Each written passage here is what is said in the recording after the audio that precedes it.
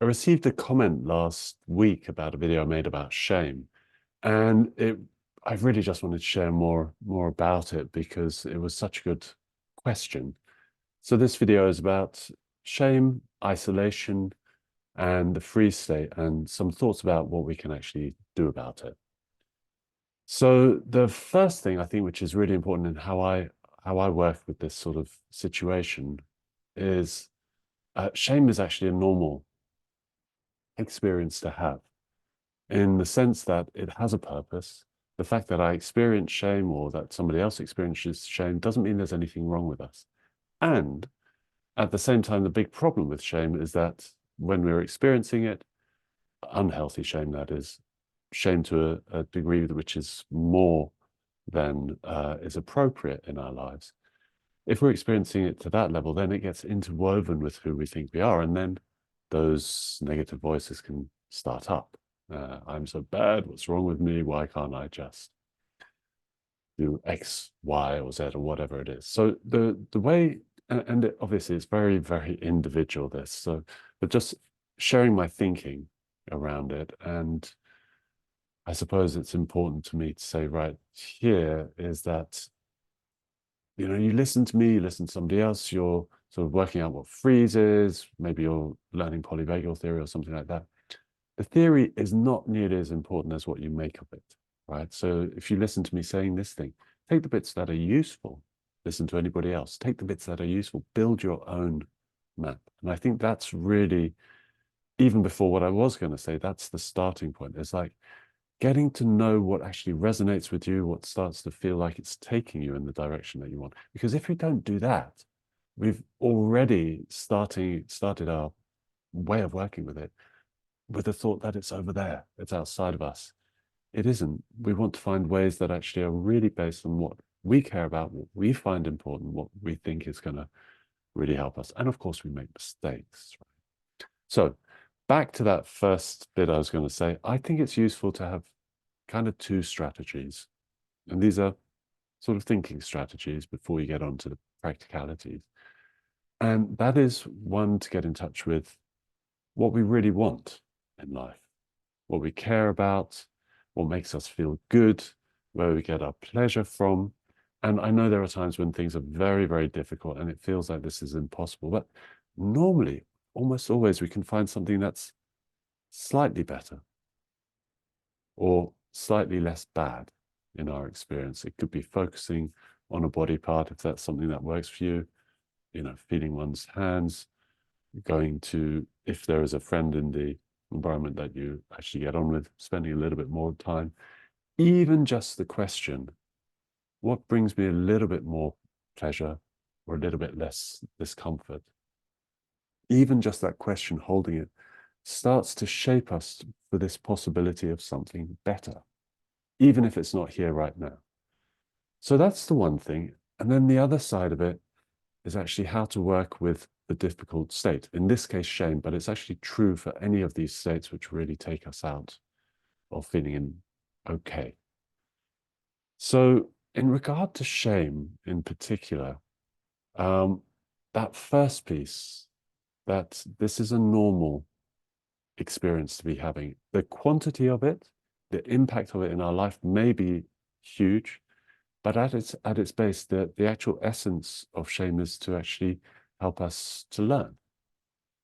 So if we can actually just a little bit get that kind of sense of there being some possibility there, that we can understand our shame a bit better, not necessarily where it's come from, although that could be useful, but more how to work with it in the present moment, in this moment, in a way that actually makes us feel a little bit less bad. Now, there is a range of these experiences we can be having. So when we get a bit more practice, then it gets a bit easier to put a strategy in place. When it's really bad, just surviving is amazing, right? So that's the two ends of the spectrum of working with it that I see. One is that we're actually able to feel it, maybe experience it, maybe share it, maybe move towards some way of working with it. At the very other end of it, we're just doing our best to keep our head above water. And that is a positive thing to be doing. We can't knock that, because that's what's available to us in that moment. That is available to us, is that is all we can do. Now, there are also, in between those two sort of ends of this continuum, there's also coping mechanisms. And coping mechanisms are things that we do which just, they're not optimal, they're not that great, but they do help take the edge off. Okay, it's not optimal, but it's better than the, well, let me put it a different way. It gives us some power to shift our state. So that sits between that terrible state, this is that somewhat better state, and then we can actually bring in that other piece that I mentioned before about the positive stuff, which is the normally referred to as resourcing. And a resource is different to a coping mechanism because it, and there is crossover, and it's not entirely clear, but it's generally different because it's actually more life affirming. It doesn't cost us anything. Very often coping mechanisms cost us in a way. So that's quite a lot of theoretical stuff. It's very useful, to have something of that idea in the mix, because, as I say, shame is a normal thing. And actually, in that state of shame, what it does is it makes us isolate. It cuts us off. And this is part of the physiological state of shame. Actually, it's similar that there, if just a quick flyby of polyvagal theory, you have this, and this is very simplified, but you have this kind of connected, I feel good.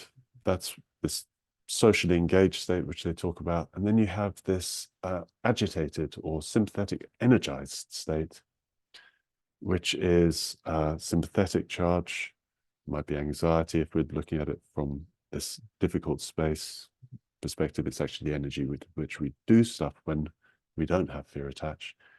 And then there's this kind of what they call dorsal vagal, which is this more shutdown place, which is where shame belongs. Now, both of those two spaces, the anxiety sympathetically charged space and the shutdown space, the shame space, they actually change what access we have in our brains to higher brain function. So we don't have that socially engaged bit online. Hope it's not too complicated the way I've said it, but what I'm really getting at is that when we have one of these things going on, like an anxiety attack or shutdown, it's actually a physiological thing that we are cut off from other people. We're no longer able to connect in the same way to other people. So in a sense, it's physiological that we're isolated in that sense. So there isn't blame. And the reason I say this is because as I was saying earlier, with shame, there is this kind of likelihood, unhealthy shame this is, that it gets interwoven with who I think I am. So if I'm experiencing isolation and there's a period of my life where there's a lot of shame, or even along, the entirety of one's life, certainly the majority of my earlier life, I was in a freeze state. So I know this very, very well. If we understand that actually they kind of go hand in hand, that this shame state creates an isolation state, then we have a bit of room for a bit more kindness towards ourselves. Now, how do we work with it?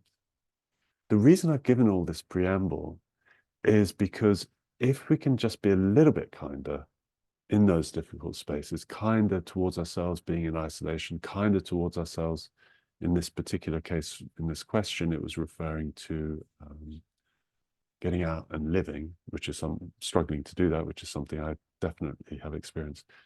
If we can accept that there's a space in which we feel a little bit better, or a little bit less worse, and then start doing little experiments from there. What can I do which is going to bring a little bit more ease, a little bit more comfort, a little bit more peace a little bit less harshness towards myself. What can I do from there, from that place of relative ease? I know it's not necessarily going to be easy, but it's maybe just safe enough, quiet enough, or whatever it is that's needed to make it a bit easier. What can I do from there to gently start to expand it? And we're not looking, certainly the way that seems to work best is not to look for a big change. There isn't really a lasting, this is my opinion, there isn't a lasting, with this particular type of long-standing issue with shame, there isn't a kind of magical and it's gone. Yes, there can be leaps and jumps and suddenly you feel better. And at the same time, most of the time, the best place to work is in this very small way. And the reason is that it's sustainable. We can keep doing it day in, day out, just a little bit, just a little bit, just a little bit, just a little bit here and there. So incrementally over time, it builds. And then we avoid this, by making it small, we avoid this kind of boom bust thing where, yes, I know where I've done it, I'm free, and then crash, it all comes falling down, which is very, very common in this situation because we haven't built internally the structures to actually manage the stress. A third reason for doing it this small is that it kind of normalizes this experience. It normalizes the kind of movement in and out of feeling of a bit of shame. And I know in this situation, it's probably been a lot.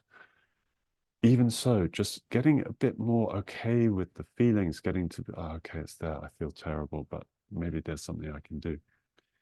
Over time, it just brings down the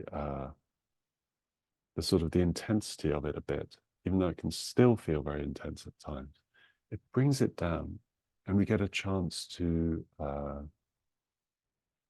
know that we're okay, even when that sort of set of difficult feelings is there. We know that we're okay on some level, or at least we're a little bit less not okay than we were. And this builds a kind of a way that identity, that sense of I'm so bad, there's something wrong with me, can actually start to shift and spend more and more time with less and less of it.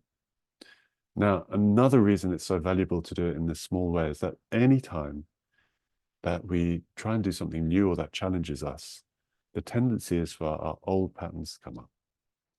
Just, it's kind of a law of creativity, right? So you can't get away from it. And so if we want to, even if we're feeling good, then we try and do something new. There's a chance sometimes what will happen is a reaction will come up and we can have shame come up again, particularly if that's very much part of our picture. So doing it in that small way kind of trains us to be able to actually, oh, there it is. Oh, okay, I've actually worked with it quite a lot of times before. I kind of know this is really not pleasant. I don't like it. I don't like the way it feels. And so we can actually then bring it into our creative process. Now, I want to share one last thing. I think that's pretty much what I wanted to say. One last thing, which is a very simple, practical technique. Now, going right back to the beginning, test it out.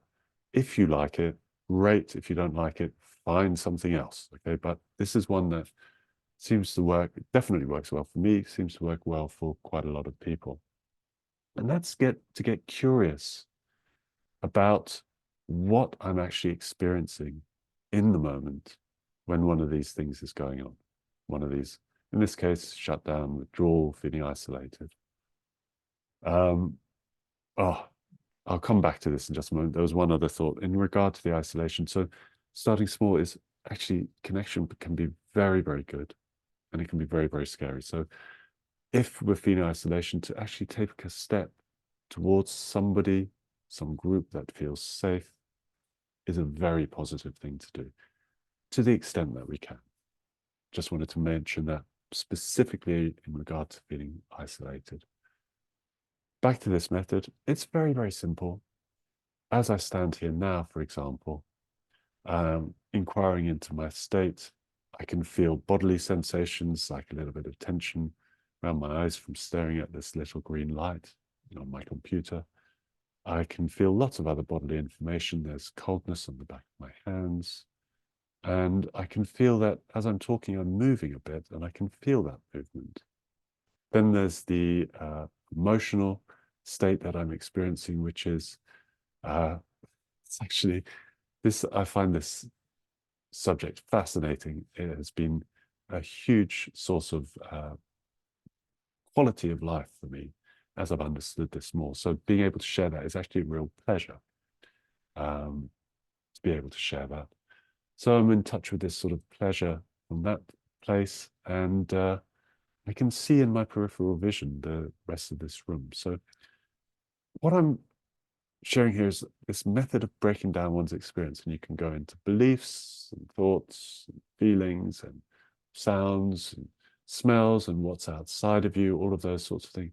Just noticing what's there right now in this moment. And what you may notice in one of these shame-based states is how extremely one's sort of experience of the world changes from a slightly better state. How narrow it is, how one note it is. And that's what I mean about getting to know it in this small way. Because as we get to know our particular shape of how these things come, then we realize that it comes and goes. Or even if it doesn't come and go, because these things can be very pervasive at times in our lives, that it has shifts and changes. It's not permanent. And when we realize it can shift and change, then even if the change is very, very small, it does offer a possibility of something much bigger happening in the future. And certainly that's been my experience, and certainly it's been the experience of some of the people I've worked with. And, you know, we're all unique, we're all individual. We have to get the kind of help that's appropriate to us,